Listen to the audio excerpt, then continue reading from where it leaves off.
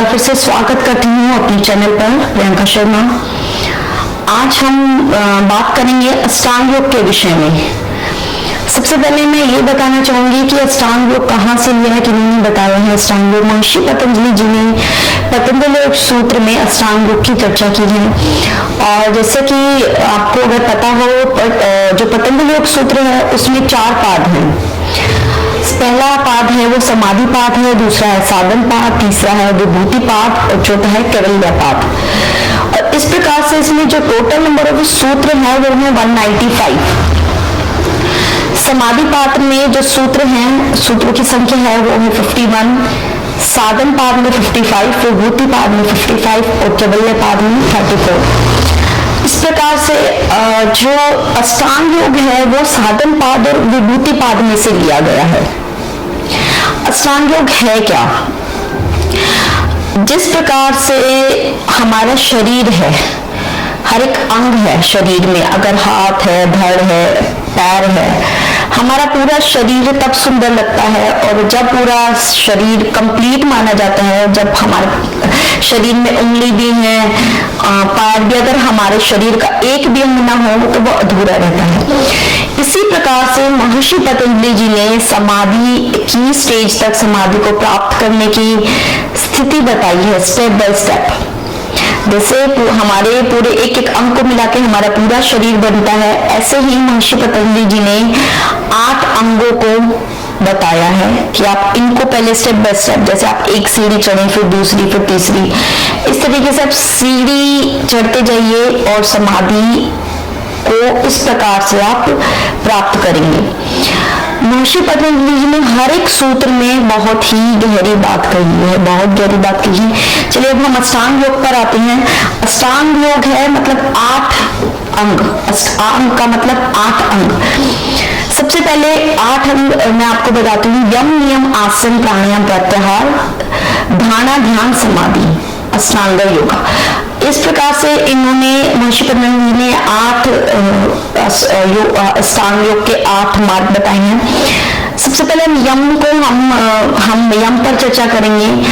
यम इन्होंने महर्षि पतंजलि ने यम के अंतर्गत जो बताए हैं, अहिंसा, सत्य, अस्तेय, ब्रह्मचर्य, अपरिग्रह, ये 5 उन्होंने यम बताए हैं। यम होते हैं जो आप स्वयं जिनका पालन करें और जिनको पूरी सोसाइटी मिलकर जिनको फॉलो करें। तो महर्षि पतंजलि ने अहिंसा के बारे में क्या कहा है? महर्षि पतंजलि ने कहा अहिंसा की मनुष्य, ये चीजें आपको फॉलो करनी है, अपने जीवन में इंप्लीमेंट करनी है। कभी भी व्यक्ति को हिंसा का मार्ग नहीं अपनाना चाहिए किसी भी स्थिति में। हिंसा से आप क्या समझते हैं? हिंसा से आप सिर्फ ये समझते हैं कि आप शारीरिक रूप से किसी को हानि पहुंचाते हो या किसी के साथ मारपीट करते हो, वही हिंसा होती है? नहीं। अगर आप किसी के प्रति अपने मन में बुरे विचार भी लेकर आते हो या किसी का बुरा सोचते हो, आप चाहते तो हो पर लेकिन आपको मौका नहीं मिल रहा, वो भी हिंसा के अंतर्गत ही आता है। या फिर जो व्यक्ति, एक तो जिसके ऊपर हिंसा हो रही है और जो देख रहा है हिंसा होते हुए, वो भी हिंसा का पात्र ही होता है। ऐसा नहीं है जिस पर हो रही है वो ही होता है, जो देख रहा है, जो बर्दाश्त कर रहा है, वो भी हिंसा का पात्र होता है। तो अपने जीवन में हिंसा का पालन जरूर रखें कि अहिंसा को फॉलो करें। इससे आपके जितने भी समस्याएं हैं जीवन की, वो अधिकतर खत्म हो जाएंगी। जब आप किसी को मन से, कर्म से या शारीरिक रूप से हिंसा ही नहीं पहुंचाओगे या आपको कोई गलत नहीं बोलेगा, वो बर्दाश्त नहीं करोगे, तो आपकी समस्याएं वहीं खत्म हो जाएंगी। तो इसका पालन करेंगे। फिर महर्षि पतंजलि जी ने बात करी है सत्य।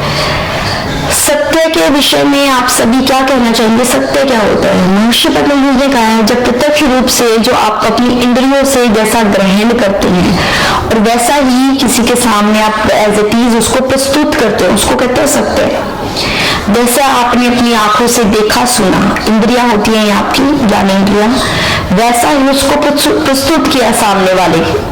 लेकिन कई बार ऐसा होता है कि हम झूठ बोलते हैं, लेकिन जब आप इस सिचुएशन में आप झूठ बोलते हो तो वो झूठ नहीं होता, वो भी सत्य के अंतर्गत आता है। अगर किसी के छोटे से झूठ बोलने से अगर किसी का भला होता है तो उसको अपनाएं, लेकिन ऐसा ना अपना व्यवहार बनाए कि आप हर वक्त हर बात पर झूठ बोल रहे हैं। ये गलत बात है। तो महर्षि पतंजलि ने कहा आप चीजों को मिर्च मसाला लगाकर, अगर मैं सामान्य भाषा में कहूँ तो एज इट इज, जैसे आपने सुना, जैसा आपने ग्रहण किया, वैसा ही दूसरों के सामने प्रस्तुत करना, उसको एडिट करके नहीं। फिर हम बात करते हैं अस्त्य। अस्त्य क्या होता है? चोरी ना करना। चोरी ना करना। अब हमारे जो विचारों में, जो सामान्य भाषा में लोग समझते हैं कि चोर वो होते हैं जो सिर्फ जिनके केस दर्ज है कि ये चोर है। क्या आप सभी को नहीं लगता कि हम सभी भी चोर हैं? कहीं ना कहीं हम भी चोरी करते हैं। देखिए, हर व्यक्ति अपने जीवन में चोर है। अगर हम गृहिणी की बात करें तो जैसे भी आप वो घर के जो चीजों को थोड़ा बचा कुचा कर बचत करती है, वो भी चोर है। या अगर हम एक सब्जी वाले को देखें, वो थोड़ा सा तोल भाव में, नाप तोल में थोड़ा सा चोरी कर जाता है, एक फल की, किसी एक सब्जी की, तो वो भी चोर है। या हम प्राइवेटाइजेशन में हम देखते हैं कि अधिकतर लोग टैक्स पे नहीं करती। गवर्नमेंट एम्प्लॉयर का तो डायरेक्ट टैक्स कटता है, तो वो भी चोरी के अंतर्गत है। या आपके मन में किसी भी प्रकार का भाव भी आता है, अगर किसी का सेल फोन रखा है या फिर कुछ भी वस्तु रखती है, आपके मन में लालच उत्पन्न होता है कि ये चीज मुझे मिल जाती तो ऐसा होता, तो अगर मुझे मौका मिल जाता तो मैं इस चीज को उठा लेता, तो वो भी चोरी के अंतर्गत आता है कि आपके मन में भाव आए। जब आप पूरे मन से, कर्म से, वचन से इन चोरी ना करना फॉलो करते हो, कि आपके मन में भी विचार ना आए, आप कर्म भी ऐसा ना करें, तब आप उसको फॉलो करते हो, अस्त्र को। फिर आता है यम में मैंने अभी आपको बताया अहिंसा, सत्य, अपरिग्रह। तो ब्रह्मचर्य, ब्रह्मचर्य में हम बात करेंगे ब्रह्मचर्य क्या होता है। इसको भी आप मन से, कर्म से, वचन से, हर प्रकार से फॉलो करेंगे। ब्रह्मचर्य का मतलब होता है आपका जो आचरण है वो ब्रह्म जैसा होना चाहिए, आपका व्यवहार, आपका बोलचाल, और जो आपके सेक्सुअल डिजायर्स है वो अधिक ना हो।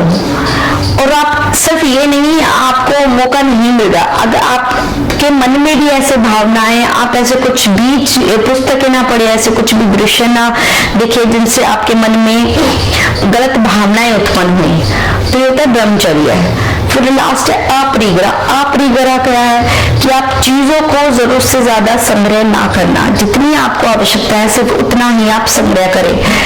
आपको आवश्यकता, आप 10 पीढ़ी की ना सोचें। हाँ, अपनी सेटिस्फेक्शन, जो आपकी नीड्स हैं, बेसिक नीड्स हैं, इतना आपके पास होना चाहिए कि आप अपनी बेसिक नीड्स जरूर पूरी कर सकें। आप किसी के सामने अपनी जरूरतों के लिए हाथ ना फैलाएं, लेकिन आप लग्जरी जीवन ना जिए। अगर आप गाड़ी लेकर जा रहे हैं तो प्रयास करें कि उस गाड़ी में अगर 4 बंदों की सीट है तो 4 बैठे हों। आप अकेले के लिए पब्लिक ट्रांसपोर्ट का यूज करें। ये बहुत छोटे छोटे एग्जाम्पल्स हैं। अगर आप अपने जीवन में कॉमनली इन चीजों को उतारते हैं तो अपरिग्रह, ये बहुत इंपॉर्टेंट चीजें हैं। और महर्षि पतंजलि ने कहा कि इनको महाव्रत भी बोला जाता है। महाव्रत कैसे बोला जाता है? कुछ व्यक्ति क्या करते हैं, अहिंसा का पालन, कि आज जैसे जो देश काल और समय के अनुसार चेंज हो जाए, जैसे कि जो जाति के अनुसार चेंज हो जाए। जैसे मछुआरे, वो कहेंगे हमें मुर्गा तो नहीं खाना, लेकिन हम मछली खाएंगे। लेकिन ये हुए व्रत कि वो मुर्गा तो हमें नहीं खाना, लेकिन मछली खाएगी। लेकिन जब कोई भी व्यक्ति किसी जाति का हो, किसी भी समय और किसी भी काल इन चीजों को फॉलो करता है, वो होता है महाव्रत। या फिर कोई व्यक्ति ये कहे कि आज एकादशी है, आज तो हमें ये नहीं खाना, कल हम खाएंगे। आज थर्सडे, आज तो हमें ये नहीं खाना, हम ट्यूसडे को खाएंगे या वेडनेसडे को खाएंगे। तो आपका क्या हुआ? काल।